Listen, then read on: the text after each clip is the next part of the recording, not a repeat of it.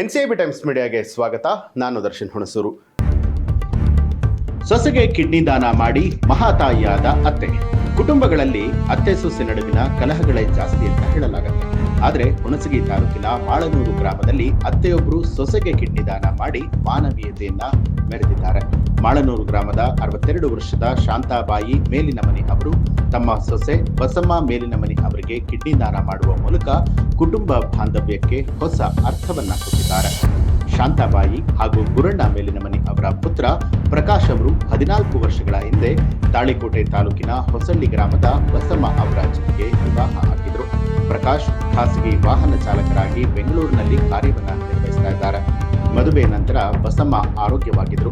ಆದರೆ ಮೊದಲ ಮಗುವಾದ ಮಣಿಕಂಠ ಜನನದ ವೇಳೆಯಲ್ಲಿ ಕಿಡ್ನಿ ಸಮಸ್ಯೆ ಇರೋದನ್ನ ವೈದ್ಯರು ಪತ್ತೆ ಹಚ್ಚಿದ್ದಾರೆ. ಬಳಿಕ ಯಶೋಧ ಆಸ್ಪತ್ರೆಯಲ್ಲಿ ಚಿಕಿತ್ಸೆಯನ್ನ ಮುಂದುವರಿಸಿದ್ದಾರೆ.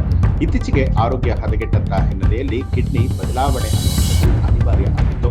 ಸಂಬಂಧಿಕರು ನೆರವು ನೀಡೋದಾಗಿ ಹೇಳಿದ್ರು ಕೂಡ ಶಾಂತಾಬಾಯಿ ತಾವೇ ಕಿಡ್ನಿ ದಾನ ಮಾಡೋದಕ್ಕೆ ಮುಂದಾದ್ರು ಅಂತ ಹೇಳಿ ಪ್ರಕಾಶ್ ಅವರು ತಿಳಿಸಿದ್ದಾರೆ. ಬಸಮ್ಮ ಅವರ ರಕ್ತದ ಗುಂಪು O ಪಾಸಿಟಿವ್ ಆಗಿದ್ದು, ಶಾಂತಾಬಾಯಿ ಅವರದ್ದು A ಪಾಸಿಟಿವ್ ಆಗಿದ್ರು ಕೂಡ ಅಗತ್ಯ ವೈದ್ಯಕೀಯ ಪರೀಕ್ಷೆಗಳ ಬಳಿಕ ಶಸ್ತ್ರಚಿಕಿತ್ಸೆಯನ್ನ ಯಶಸ್ವಿಯಾಗಿ ನೆರವೇರಿಸಲಾಯಿತು. ಆಸ್ಪತ್ರೆಯ ವೈದ್ಯರಾದ ಡಾಕ್ಟರ್ ರವೀಂದ್ರ ಮದ್ದರಕಿ ಅವರ ತಂಡ ಸುಮಾರು 10 ದಿನಗಳ ಹಿಂದೆ ಶಸ್ತ್ರಚಿಕಿತ್ಸೆಯನ್ನ ನಡೆಸಿದ್ದು, ಅತ್ತೆ ಸೊಸೆ ಇಬ್ಬರು ಕೂಡ ಆರೋಗ್ಯವಾಗಿದ್ದಾರೆ ಈಗ ಅಂತ ಹೇಳಿ ತಿಳಿಸಿದ್ದಾರೆ. ನಮ್ಮ ಸೊಸೆ ನಮ್ಮನ್ನ ಚೆನ್ನಾಗಿ ನೋಡಿಕೊಂಡಿದ್ದಾರೆ. ಅವರ ಆರೋಗ್ಯವೇ ನಮ್ಮ ಕುಟುಂಬದ ಸುಖ.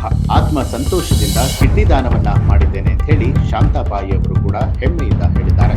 ಈ ಮಾದರಿ ಕಾರ್ಯಕ್ಕೆ ಗ್ರಾಮಸ್ಥರು ಮೆಚ್ಚುಗೆಯನ್ನ ವ್ಯಕ್ತಪಡಿಸಿದ್ದು, ಪ್ರಭುಗೌಡ, ಗದಿಗೆಪ್ಪಗೌಡ, ತಿಮ್ಮಣ್ಣ ಕಾರನೂರು, ವೀರೇಶ ಸೇರಿದಂತೆ ಹಲವರು ಶೀಘ್ರ ಗುಣಮುಖರಾಗಿ, ವೀರೇಶ ಸೇರಿದಂತೆ ಇಡೀ ಗ್ರಾಮಸ್ಥರು ಇಬ್ಬರು ಕೂಡ ಶೀಘ್ರವಾಗಿ ಗುಣಮುಖರಾಗಿ ಮತ್ತೆ ಗ್ರಾಮಕ್ಕೆ ಮರಳಲಿ ಅಂತ ಹೇಳಿ ಹಾರೈಸಿದ್ದಾರೆ. ಒಂದು ಆದರ್ಶಪ್ರಾಯವಾಗಿರುವಂತಹ ಈ ಒಂದು ಅತ್ತೆ ಸೊಸೆ ನಡುವಿನ ಬಾಂಧವ್ಯದ ಕುರಿತಾದ ಮಾಹಿತಿಗೆ ಸಂಬಂಧಪಟ್ಟ ಹಾಗೆ ನಿಮ್ಮ ಅನಿಸಿಕೆಯನ್ನ ಕಮೆಂಟ್ ಮಾಡಿ.